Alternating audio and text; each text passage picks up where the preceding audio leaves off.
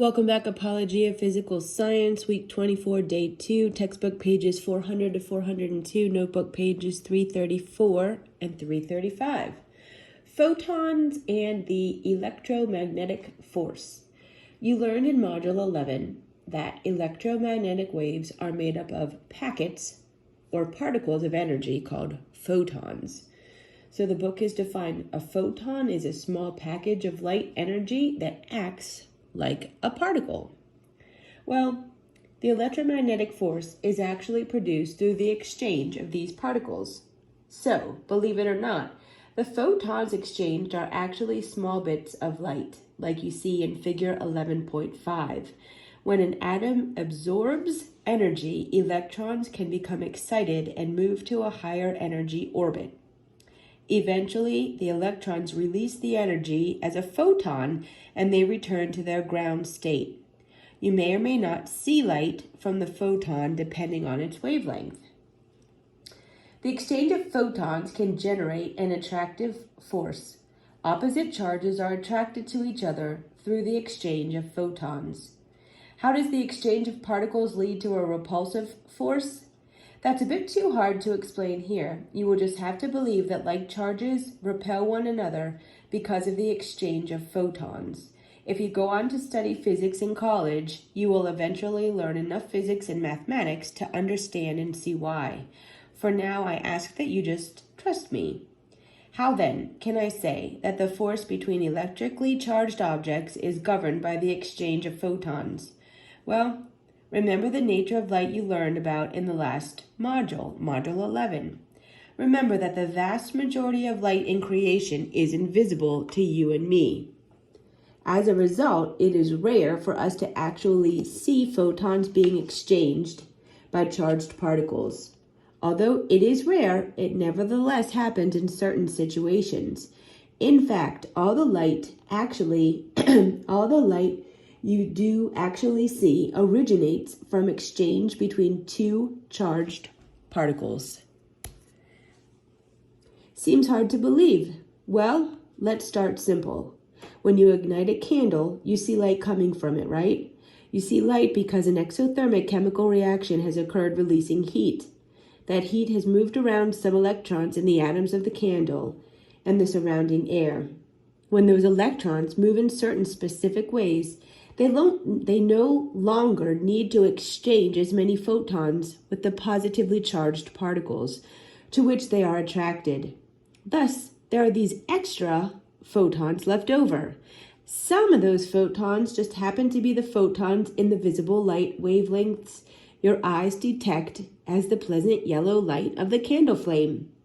Thus, the light from the flame of a candle is really composed of photons that result from the interaction between the electrically charged particles that make up the atoms involved in the fire.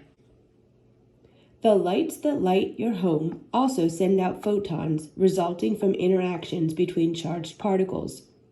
Like a candle, a standard light bulb produces light by first producing heat.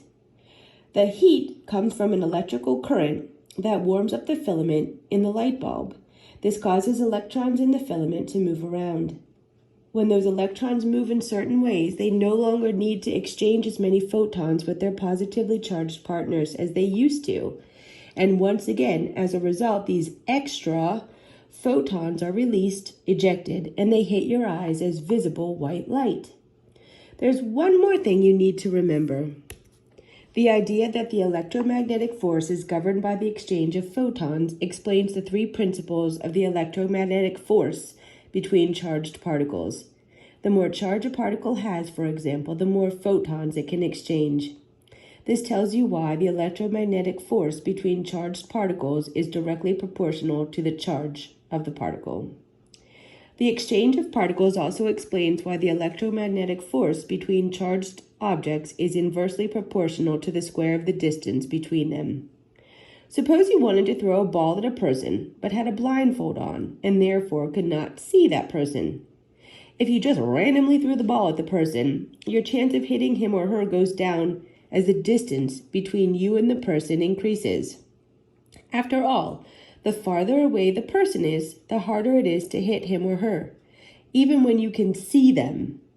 It turns out that when you randomly throw a ball at a person, your chance of hitting that person is inversely proportional to the square of the distance between you. Thus, the ability for charged particles to exchange photons also is inversely proportional to the square of the distance between them.